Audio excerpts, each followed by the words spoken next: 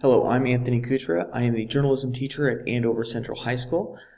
This is my second. I've just finished my second year of teaching. I'm in the transition to teaching program through Fort Hays State, and I have one class left to go for that. And then I am also working on my master's in education while I'm going through the program as well.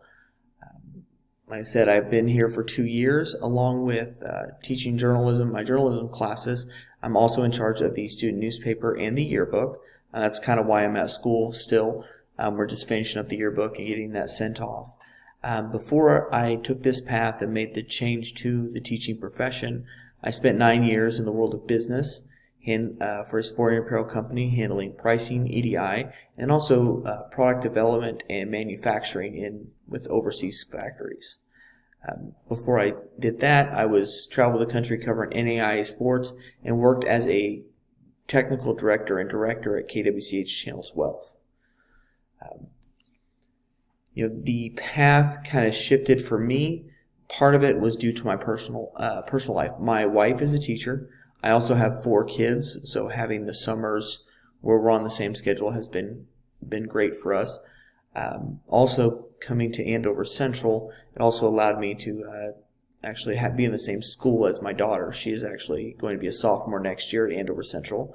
I have 3 younger kids other than her, so I have a 5th grader, a going to be 3rd grader, and a pre-care.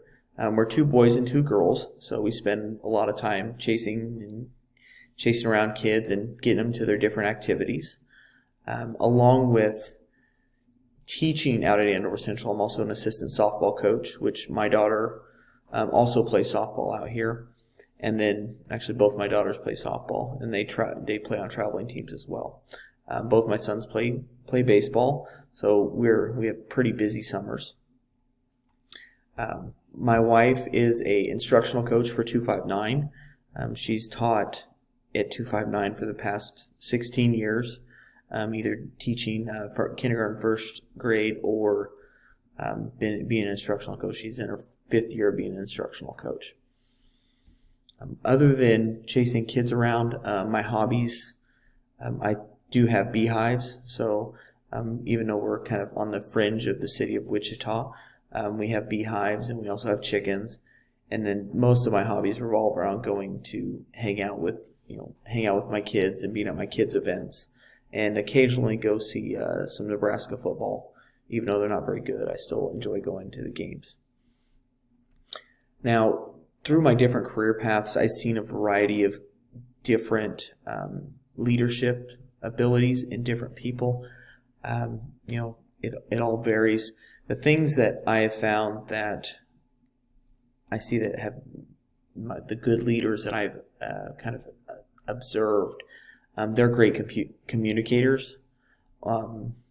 They also know what they're good at and what they need help with. So it's not like they're going to be great at everything, but they can delegate, and they can also find people to fill those roles where they have weaknesses. They have true understanding of who they are and what they can do, and then what they can't do and what they need help with. The next thing is kind of understanding the task. Like I said, I've worked in several different professions. I've seen leaders that have been put in charge of something but have no idea what the task is, what's involved, and they also don't go out and find out what needs to be done, and not exploring to kind of get the task underneath of them to find the best way to pursue something. So having an understanding of the tasks and understanding themselves and what they need help with is key for a good leader. The last thing I would say would probably be having an open mindset. We always talk about having growth mindset in the school setting, but having an open mindset as a leader to where you're always looking for new and different ways of teaching something, of doing a task, because there's always going to be something that's changing and moving. There's always moving parts. So you kind of have to have that open mindset where you're not set in stone. And with that mindset trickles down to who you're leading. So I would say, in my experience, being a good communicator, having an understanding of the tasks, and also a good understanding of yourself and your staff, or whoever you're leading, and then the open mindset is kind of where the characteristics I see for a good leader and what I've experienced in my life. Poor leadership has affected.